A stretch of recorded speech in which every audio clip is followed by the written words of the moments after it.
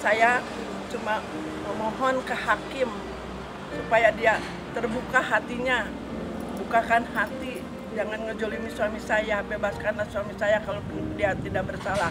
Kalau saya harus ada buktinya bersalah. Kan cuma suami saya ini difitnah, dijolimi, dijebak juga, karena yang beli genset juga nggak tahu siapa gitu. Sampai ini juga nggak ada buktinya, cuma secari kertas. Kita semua orang juga bisa nulis secari kertas, semua juga. Cuma itu buktinya. Saya pengen ada buktinya, notanya atau kwitansi pembeliannya. Mereka nggak ada, karena yang beli itu suami saya, duit suami saya, pakai uang toko, pakai uang saya juga. Saya pengennya dibebaskan, Pak Muhsin ya dinyatakan tidak bersalah, karena kalau orang menyatakan tidak bersalah harus ada buktinya. Saya mohon ke Pak Prabowo supaya ditegakkan keadilan, apalagi untuk masyarakat kecil ya yang selalu dijolimi oleh aparat-aparat. Saya mohon ke Pak Prabowo, presiden yang baru ya, supaya jangan sampai terulang lagi kayak suami saya dijoliminya sampai di.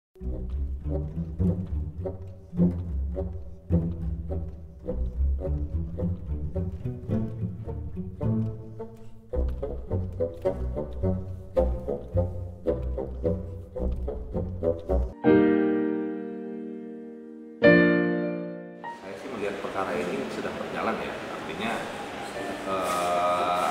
untuk penanganan perkara ini masih on the track. Kita menerima berkas kelimpahan dari kepolisian, terus kalau dinyatakan lengkap oleh jaksa penuntut umum, maka perkara ini akan disidangkan. Sekarang kan proses sudah masuk ke persidangan dan sudah tahap pembelaan dari penasihat hukum. Itu juga sudah ditanggapi oleh penuntut umum, tinggal putusan hari Rabu ya. Rabu minggu depan. Ya kalau saya lihat kelanjutannya seperti apa ya kita lihat dulu hasil dari putusan ini. Gitu.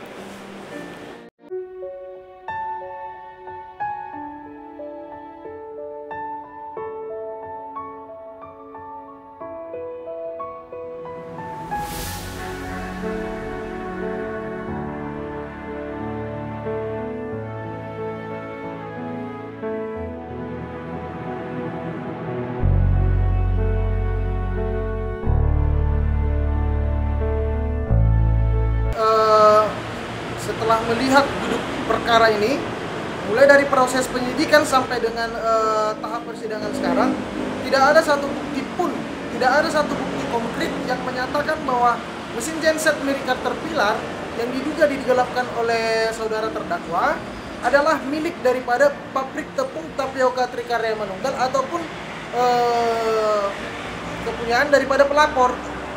Jadi ada banyak kejanggalan yang kita temukan dalam persidangan ini. Faktanya, pada saat proses persidangan, penuntut umum hanya menunjukkan satu lembar kertas buku besar pabrik dan itu tidak ditandatangani oleh siapapun, baik pemilik pabrik maupun daripada staf bagian keuangan dari pabrik tersebut, sehingga kita ragu akan keabsahan daripada bukti tersebut.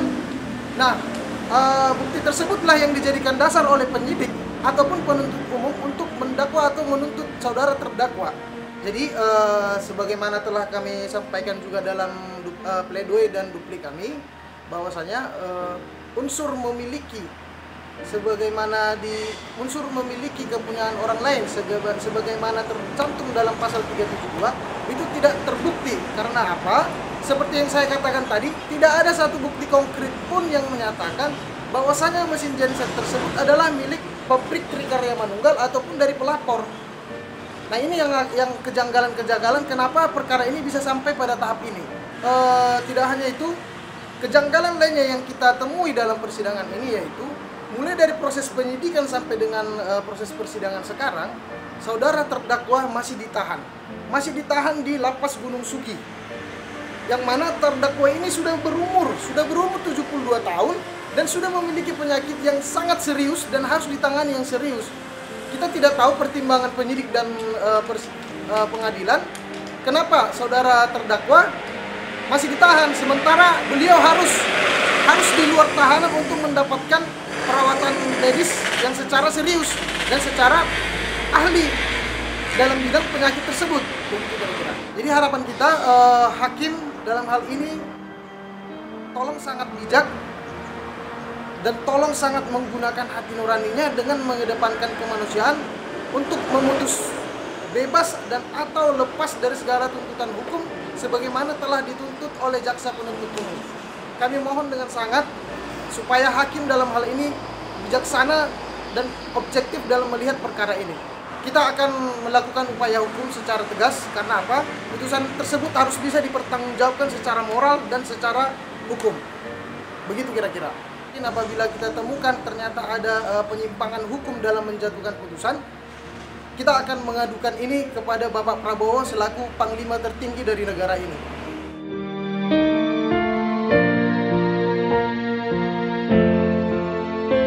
Ini saya jelaskan dulu, saya Panitra Muda Hukum mewakili kepada Humas. Jadi kami di Pengadilan Negeri Gunung Sugi sangat mengapresiasi atas program Bapak Presiden Prabowo untuk memberantas mafia hukum agar para pencari keadilan mendapatkan keadilan yang seadil-adilnya, agar masyarakat juga diberikan rasa ketentraman, rasa aman, rasa nyaman pada saat berada di pengadilan negeri, khususnya pengadilan negeri Gunung Sugi, Kabupaten Lampung Tengah. Jadi kami Pengadilan Negeri Gunung Sugi sangat apresiasi atas program ini dan mendukung penuh program pemberantasan mafia-mafia hukum, karena mafia hukum ini akan sangat merugikan dan akan sangat merendahkan marwah pengadilan negeri.